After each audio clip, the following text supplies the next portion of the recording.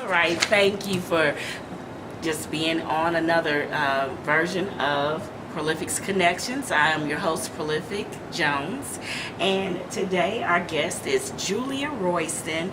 If you don't hear the applause, we're gonna, do that now. This is an interview I've been trying to do for a while, and I'm so grateful and just honored that you came and you decided to hang out with little old me for just a little bit. Please. She is an author, a singer, songwriter, publisher. What else did I miss? Teacher and speaker. And she's actually Dr. Julia Royston. Julia, that's although all. She tells everybody Julia, that's all. She's a doctor. She got those papers. Yes. So I guess we'll go ahead and just jump into this. Sure. And first off, one of the things that we'll be talking about is her book, Jillian.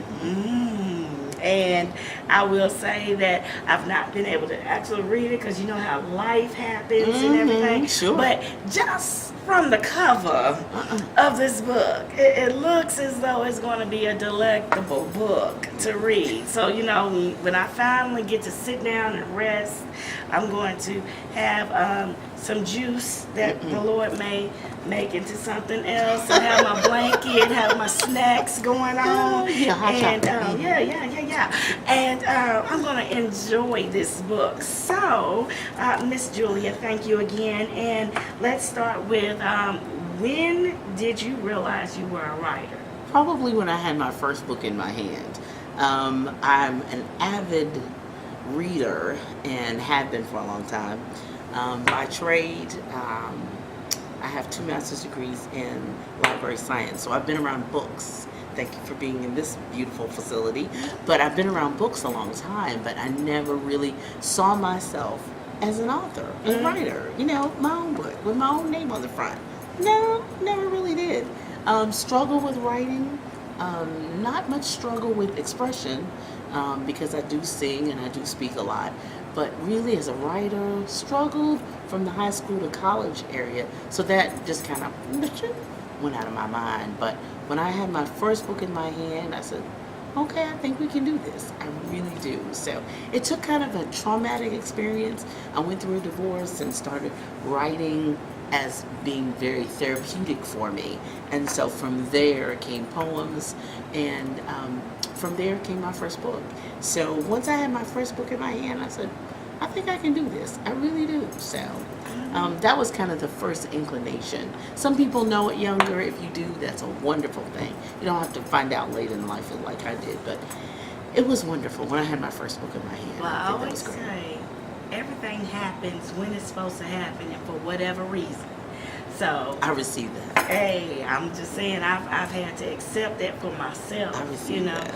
And it's funny how the stresses of life or the trials that you go through actually push something great out of you that you never realized you even had within yourself. Exactly. So I really understand how that came about. I had some multiple traumatic situations really and started writing myself. So I can truly identify with that. What literary character is most like you? Jillian is the most like me. I basically embellished my own story and really, that's the beauty of romance fiction, but the beauty of fiction, period. Whether it's romance, whether it's drama, whatever. Fiction, you can just use your imagination and take it to the next level. And Jillian has all my worlds: music, librarianship, books, my love of football. Most people don't know that, but I love football. And Cincinnati, of all the cities that I've lived in, is really my favorite city that I've lived in. I knew we connected. I know, see, Cincinnati. So it's set in Cincinnati, and I just took all my worlds and really brought them together.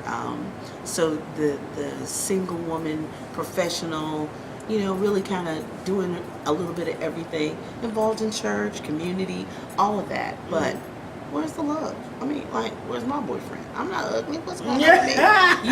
So that's kind of, kind of was my feeling for a long time before I was remarried to a wonderful man in 2006. But you know, I was like, okay, everybody's getting married in front of me. Like, really? Like, what? You know? So, Jillian's really kind of my embodiment of me, kind of on steroids, though. So I took it to the next Jillian level. is your alter ego. Yes. Yes. Okay. I love that. I love that. So, what is your writing process? How do you start these books that you come out with? Well, 20 books later, I really started out inspirational. You know, because once you have the first one that basically kind of wrote itself, you know, because over time, from 95 to 2005, you know, I was just writing in little spiral notebooks, as most writers do, or some writers do, and especially back then, and just let them in a drawer, put them in a box, you know, just have them.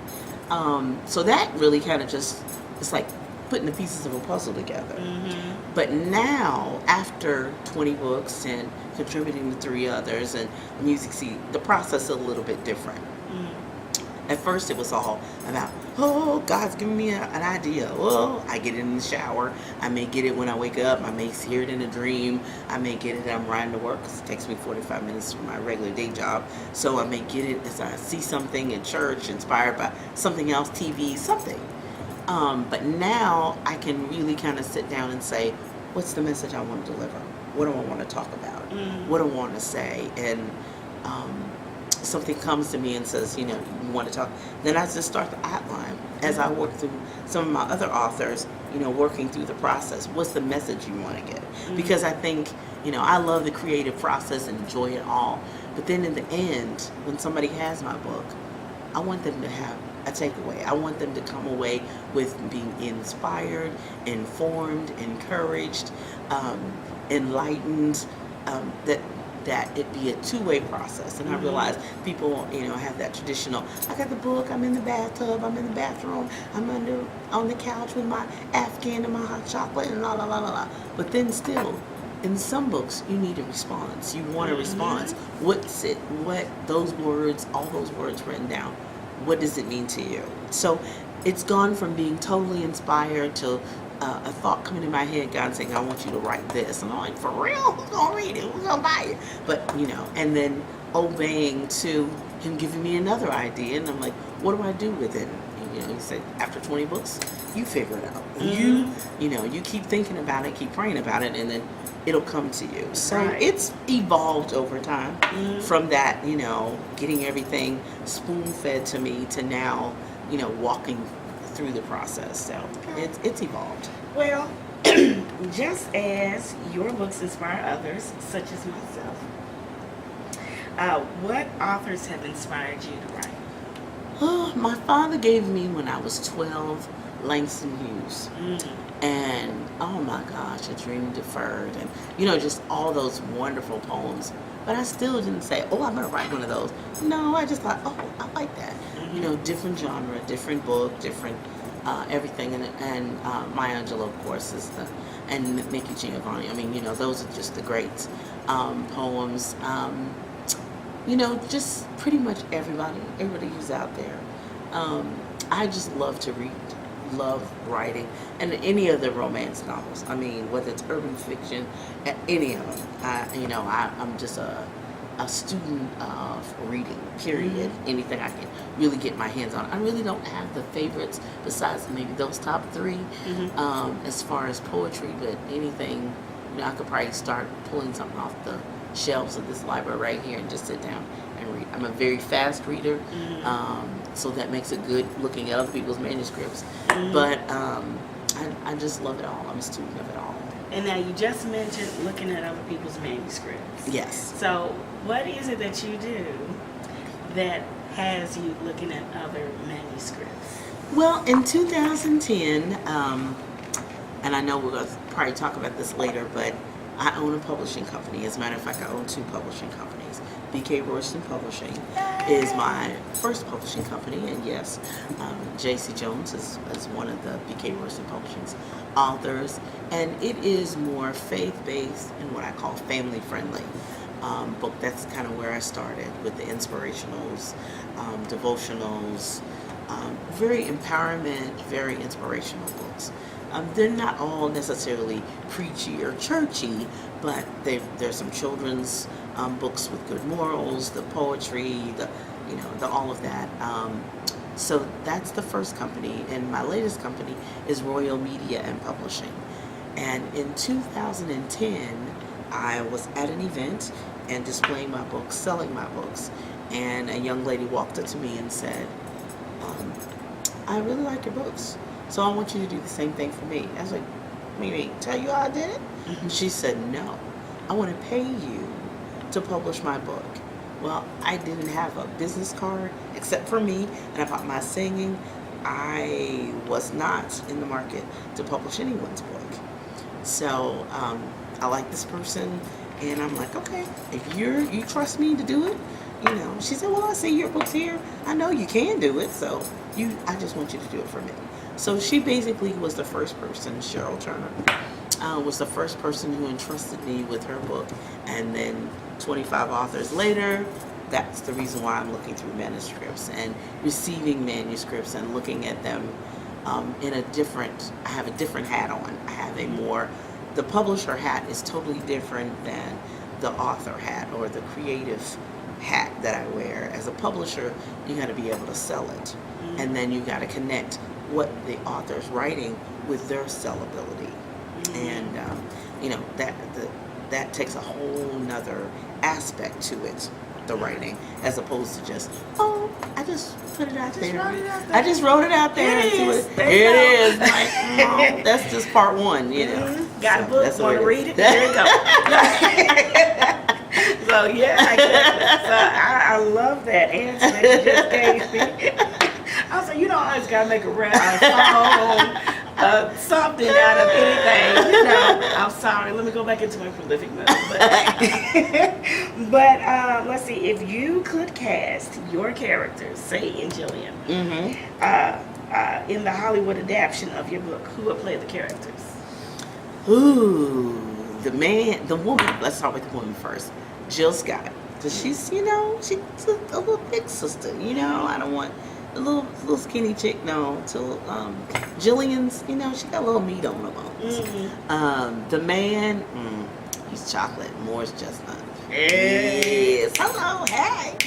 I think they would really be great, but I would love for it to happen, whether it's a play or a movie one day. Who knows? Okay. Well, I've been told that I look like Jill. Like Jill. I think she's my sister somewhere down the line. Another yes. mister.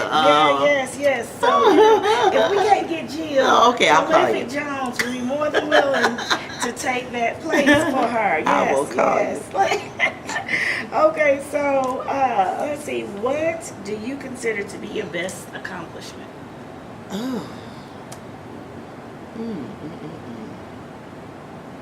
My best accomplishment? I don't even know whether I've done it yet or not, but I think my best accomplishment, first off, was finishing school, getting an education, which I think was key for me, getting a good foundation, getting a good education, and having a career and being able to, that was just a key thing in my house. I mean, before I could really say college, I knew I was going to college. I mean, so parents out there, shoot them like an arrow, shoot them in the right direction, head them in the right direction.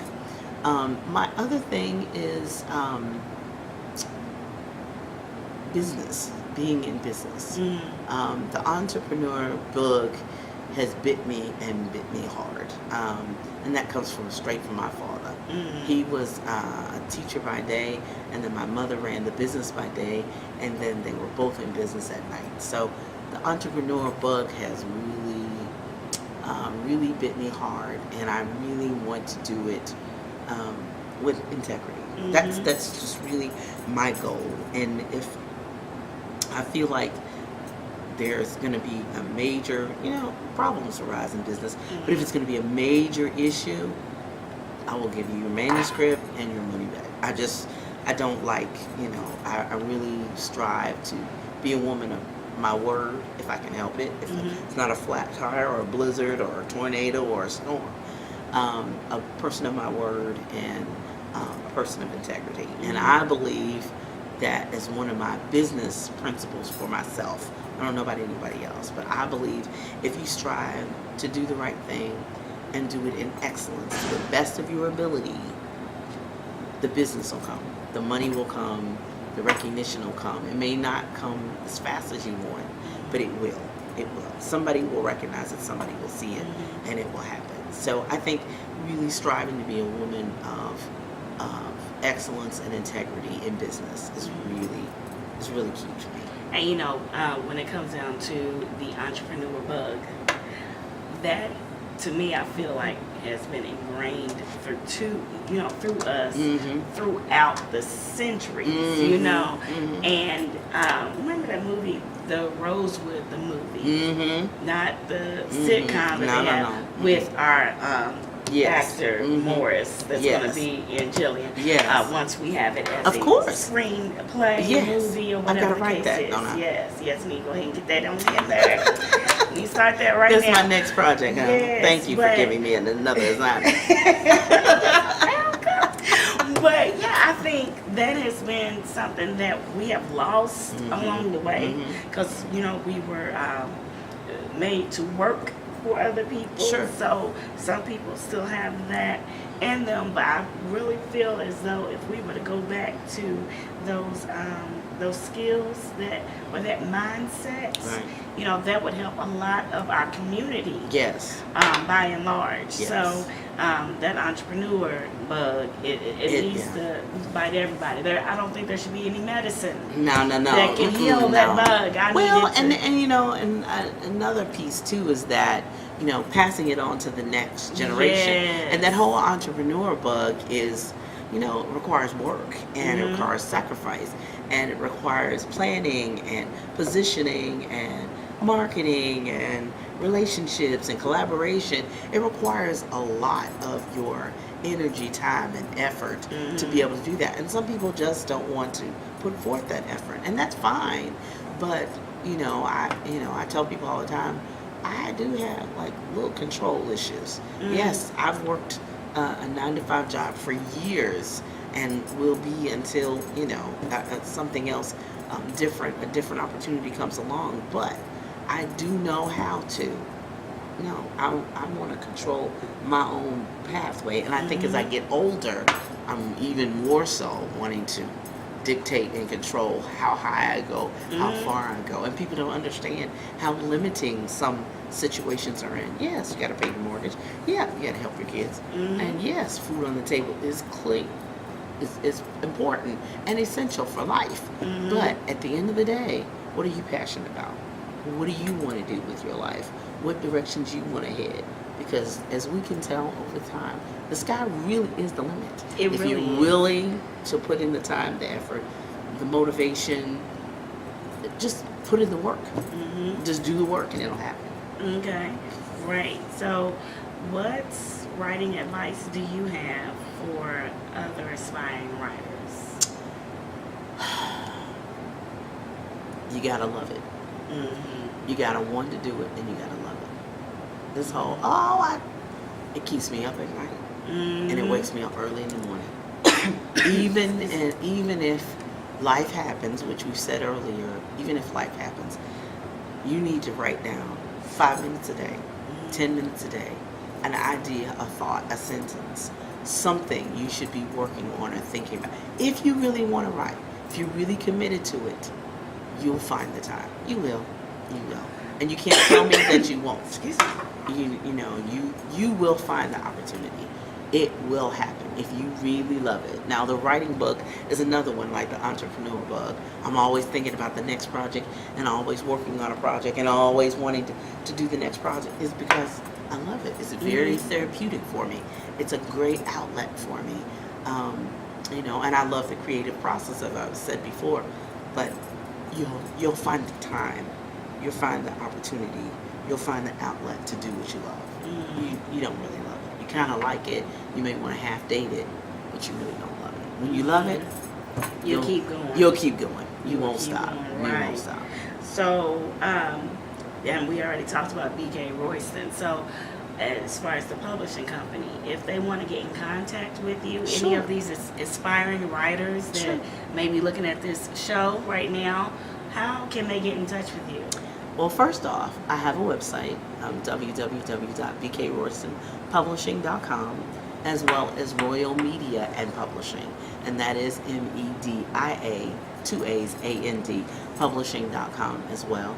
I'm on social media, BK Royston Publishing on Facebook, JuliaRoyston.net, which is kind of my house for everything, coaching, singing, writing, publishing, everything is there. So JuliaRoyston.net, JuliaRoyston.net is kind of my house that'll get you every which way part of my life.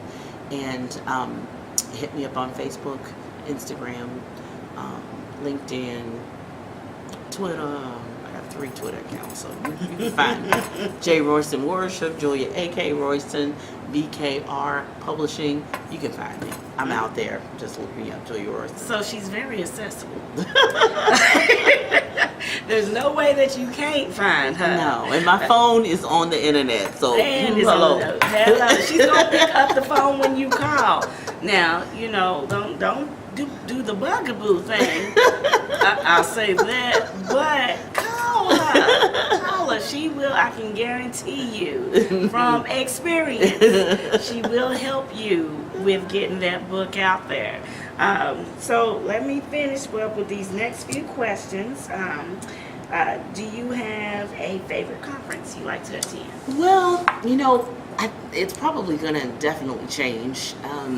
I have focused on the Christian writers, so every other year I've gone to Kentucky Christian Writers Conference, which is just right there in E-Town, and has really kind of expanded my horizons in the Christian writing field. Mm-hmm. But I'm probably going to have to expand that. I have gone to Christian Booksellers Association, which the last time was a couple years. It was in St. Louis, so I went there. There was a huge convention center, so that was a huge conference. I suggest that there are all type of writing conferences out there. Mm-hmm. I've gone to Indiana's, has a Christian Writers Conference as well. Mm-hmm. I suggest that, and yes, I do need to have another writer's workshop. It's been a minute since I had one. I had a retreat. Yeah, we need to work on that. Yes. 2016. Mm-hmm. I definitely have to do that. Look for that in the spring. Yes. 2015 has just been about publishing books and writing. Mm-hmm. 2016, I think I need to do a writer's workshop or retreat. Mm-hmm. But if you see something in your area for writing, you really need to have an association, a network of writers. Look online. There are writers groups online as well that allow you. Now remember to follow the rules, because they will delete you, block you. But if they have certain days, they ask questions. If they have certain days, they offer information. Jump in, ask your questions, because other writers are usually always very helpful in helping you move your writing forward. There are all kinds of online webinars and things of that nature. Be careful, because some of them are pricey, but sometimes physically you can't actually go to writers' workshops, but we do have things online all the time. I'm a Periscope girl, not as much as I should be, just for time, and also probably do more blabs in 2016. It's in beta mode, but I really like blab. Getting 2 or 3 friends together talking about a topic is great as well. So now let me mention this: blab, Periscope. These are things that you would learn in one of her other workshops that she does, Exactly. which is a digital marketing Yes. class. So you need to look out for that, because it is very informative. Mm-hmm. I'm not going to have her go into detail about all of those things, but I will be taking the class when she does this. And the next question is, what's your best marketing tip? But we're not going to give all of the information that we're going to give in the class. I think, well, first off, the best marketing tip is you. You as the author have to remember the manuscript and you. Those are the 2 best things. First off, be friendly. When people come to your table or come up to you, if you published a book and you have a book to sell, be nice. People, before they invest money, they want to meet you. They want to know you. They want to know about you. They want to make a connection with you. It is easier for people to release money if they feel like they're investing in someone that they know or have made a connection with. So, I'm sorry, you're not going to be able to be a hermit and hide in under your bed, or I don't want to talk to people. Well, then don't publish, because that is really the number one marketing tip, is you. And once people make a connection with you, they'll make allegiance with you, and then you'll create a following. So that's the first thing, is you. And I'm gonna stop there, because yes, we're gonna have a workshop. Yes. Okay, and then let's see here.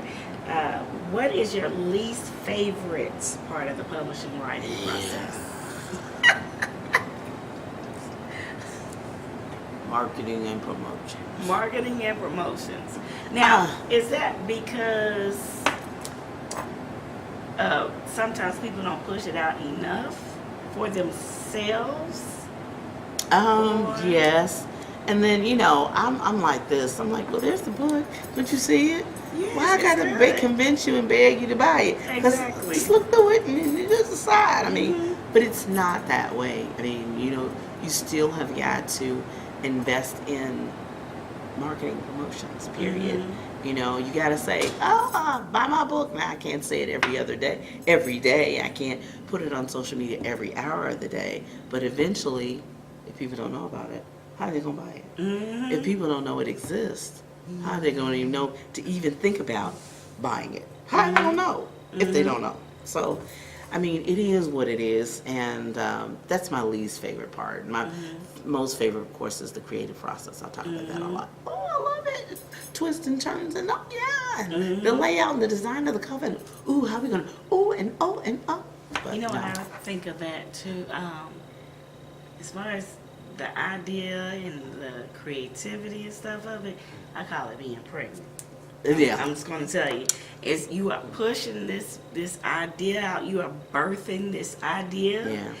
And it's up to you on whether or not it gets birthed out, gets pushed out. Right, exactly. And you can't let that idea die inside. Exactly. You have to get it out, because you were given that idea. That was a blessing that God has given you. So you need to get it out and make use of that idea He's given you, because He's giving it to you for a reason. Yes. So that you can feed and sustain yourself. Exactly. Feed and sustain your family. Right. Or whatever the case is. Sometimes it's just so you can feel better about yourself at the end of the day. Exactly. I got it done. I got it out, and I got it finished. An accomplishment. Exactly. Yes, exactly. So that's what I kind of think of that. And then as far as the marketing, part, how you have to sell yourself, a closed mouth don't get fed. Well, you're right. So you have to be able to talk about yourself. There's nothing wrong with talking about yourself and exactly. the things that God has allowed you to be able to accomplish. Yeah, I'm coming out of my comfort zone as far as that's concerned. I'm learning how to more and more do that, because that's the only way it's going to really move. Some of the authors take care of that for me. I just sit there and I'm like, yeah, I'm the publisher, hey. And they like, and they do all of that, which is great. But then I have some authors who just don't do that well, who just, like, it's not moving. Well, boo, have you said anything? Have you done anything? Have you moved anything? Are you on social media at all? Do you connect with family and friends? Have you told anybody about the book? Well, no. Well, I thought it was online, so it should go. No, baby, it's not going to look like that. Putting it online is like putting it in a closet. That's right. And you got this whole house full of millions and billions of websites and millions and billions of books and millions and billions of authors and you gotta say what makes me different, what makes me special. Exactly. And then our last question is what are you working on now that Jillian has been birthed? Dylan's been birthed. What are you working on now? What is your next project? Well, as you know, I teach every day, so I have a children's book coming out. Okay. Another one, Granny, Grandpa, and Me. It is my dedication to grandparents. I see grandparents raising grandchildren, other people's children, stepchildren, down streets children, my nephew's children, my niece died, and so I'm raising her children's children. And it's just like, Granny, you should be, I know, but I got to raise these babies. So that is really what's on tap next for me. Now, Jillian has a part 2 and a part 3. So book 2 is Vernice. That's Jillian's best friend. And then Miss Irma is like one of their godmothers. That's book 3. So I'm working on that process. Vernice is in editing stage at the time of this recording, and Irma is still in writing stage. Granny, Grandpa, and Me is in final stage, getting ready to be out right before Christmas. And I'm still helping other authors and doing coaching and things of that nature as well. So, so you that's kind of what's have on a it. full plate. I do. Oh, let me ask you this real quick. What do you do to relax when you have to get away from business? What do you do? Shop. Shop. I like to shop. I really do. I like to shop. I like to shop. No, I like to shop. I like it's really relaxed. Even if I don't buy anything, which is very rare. But anyway, even if I don't buy anything, I love to go through the clothes and see what's coming out. Even if I don't see nothing I want. But that's another therapeutic thing. I love the water. I can't swim a lick. I like to look at the water. I love the water, relaxing. Sometimes I'm just sitting there watching a football game. Nothing sometimes is good, which is very rare for me, but okay, so I'm doing gonna ask nothing. this too. You got red and white on. Yeah. Who is your favorite football team?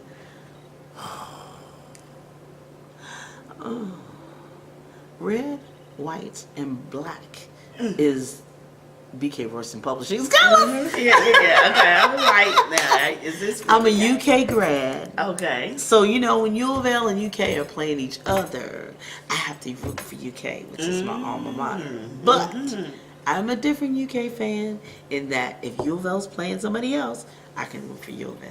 So, Okay. was that good? Did I get out of it? That was good. I can still live in Kentucky and get out of it? Okay. Right. All right. Well, Miss Julia Royston, I just want to thank you so much. Thank you. For being a part of Prolific's Thank you. Connections. I appreciate that. Prolific means great and powerful, fruitful. And when I connect with people, I love connecting with great, powerful, and fruitful people. Thank you. So you will be on our wall of prolific people once we get into our office and everything. Yay! And, It'll just, happen. It'll happen. Yes, it's going to happen. It's I'm happening. already speaking and I'm putting it out there. Yeah, it's out You'll there. have Prolific Productions That's at right. some point That's soon right. that you'll be able to come visit and That's hang right. out That's and all right. the good thing, all those good things. So thank you again. You're welcome. Thank For- you for having me. I mean, you didn't have to come out, but you did. Yes. And you have yourself a wonderful evening. You too, Jill. And everybody watching, thanks for being a part of Prolific's Connections. We're on the public access channel and on the Prolific's YouTube page, Prolific Connections YouTube page or YouTube channel. And on Thursdays at 6 o'clock is when we're on the public access channel. On the YouTube channel, you'll be able to watch us at any time you want. So thank you all, and you all have a prolific good night. All right. All right. Okay. Yay!